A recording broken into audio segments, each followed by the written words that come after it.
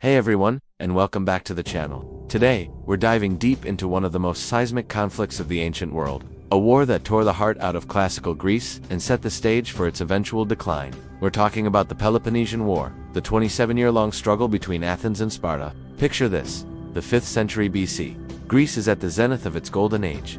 Athens, a naval superpower, is the heart of democracy, philosophy, and art. They lead the Delian League, which started as a voluntary alliance against the Persian Empire but has morphed into an Athenian empire, funded by tributes from its so-called allies. Athens is rich, cosmopolitan, and confident, protected by its formidable navy and the legendary long walls connecting the city to its port. On the other side of the ring, we have Sparta, a land-based military juggernaut, a society entirely dedicated to discipline, warfare, and order. Sparta leads the Peloponnesian League, an alliance of city-states in the Peloponnese region that are wary, to say the least, of Athens' growing power and influence. While Athens boasts its democracy and culture, Sparta prides itself on its oligarchic rule, its unbeatable hoplite soldiers, and a way of life that shuns luxury. So, what lit the fuse? It wasn't one single event, but a series of escalating tensions. Think of it like a geopolitical Cold War. The historian, Thucydides, our main source for the war, famously wrote that the truest cause was the growth of Athenian power and the fear which this inspired in Sparta. Smaller conflicts involving allies of both sides, like the disputes over Corcyra and Potidaea, acted as sparks in a powder keg. Sparta and its allies felt Athens was becoming a tyrant, meddling in their affairs and threatening their autonomy. Athens, in turn, saw Sparta as a backwards, aggressive state, determined to stifle its progress. The collision was inevitable. The war is typically divided into 3 phases. The first is the Archidamian War, named after the Spartan king. Sparta's strategy was simple: invade Athenian territory, the region of Attica, every year. They would march in, burn the crops, and try to lure the Athenian army out for a decisive battle. But the Athenian statesman Pericles had a different plan. He knew Sparta's army was unbeatable on land, so why fight their game? His strategy was to bring the entire population of Attica inside the safety of the long walls, turning Athens into a fortified island. Meanwhile, the Athenian navy would raid the Peloponnesian coast, disrupting Sparta's supply lines and economy. It was a war of attrition, the elephant versus the whale. For a time, the plan seemed to work. But then, disaster struck, and not from a Spartan spear. In the second year of the war, a horrific plague broke out within the overcrowded city of Athens. It was devastating, wiping out an estimated quarter to a third of the population, including the brilliant leader Pericles himself. The plague shattered Athenian morale and leadership. Imagine being trapped in a city, watching your friends and family die from a mysterious disease, while an enemy army is camped right outside your walls. It was a nightmare. Despite this catastrophe, the war dragged on for another 8 years in this phase.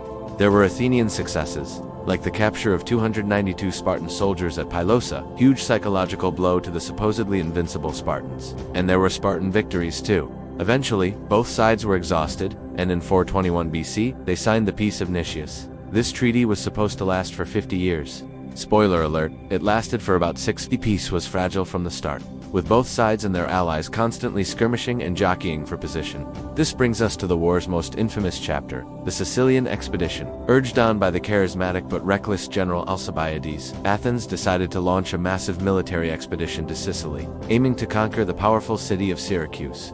The idea was to gain new resources, cut off Sparta's grain supply, and dramatically expand the Athenian empire. It was an incredibly ambitious, high-risk, high-reward gamble, and it failed, catastrophically. The expedition was a logistical nightmare from the start. Alcibiades, its chief architect, was recalled to Athens on charges of sacrilege and ended up defecting to Sparta, giving them crucial intelligence on how to defeat his own people. The Athenian forces in Sicily were outmaneuvered, trapped, and ultimately annihilated. Thousands of soldiers were killed or captured, and the Athenian navy was crippled.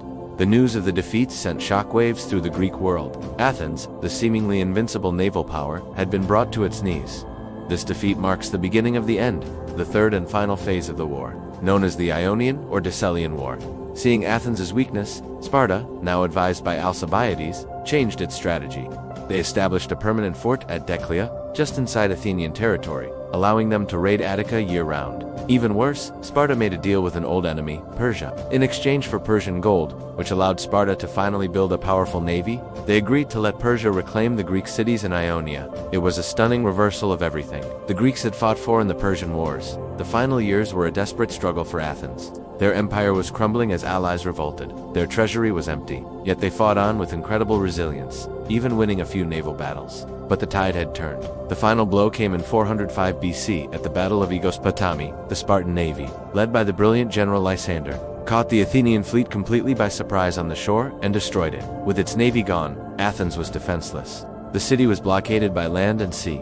Facing starvation, Athens had no choice but to surrender in 404 BC. The war was over. Sparta's terms were harsh. The long walls were torn down. The Athenian Empire was dismantled, and a pro-Spartan oligarchy, known as the 30 Tyrants, was installed. The golden age of Athens was extinguished. The aftermath of the Peloponnesian War was profound. While Sparta had won, the victory was hollow. The constant warfare had exhausted all of Greece. The city-states continued to fight among themselves, with Sparta's own dominance being This internal weakness and division paved the way for a new power to rise in the North Macedon under Philip II and his son, Alexander the Great. In a way, the Peloponnesian War ended the era of the independent Greek city-state and created the vacuum that Alexander would later fill, forever changing the course of Western history. It's a timeless story of power, fear, ambition, and the tragic consequences of a world divided against itself. Thank you so much for joining me on this journey back to ancient Greece. If you found this story as fascinating as I do, please hit that like button, and consider subscribing for more deep dives into history. Let me know in the comments what other historical events you'd like to see covered. Until next time, stay curious.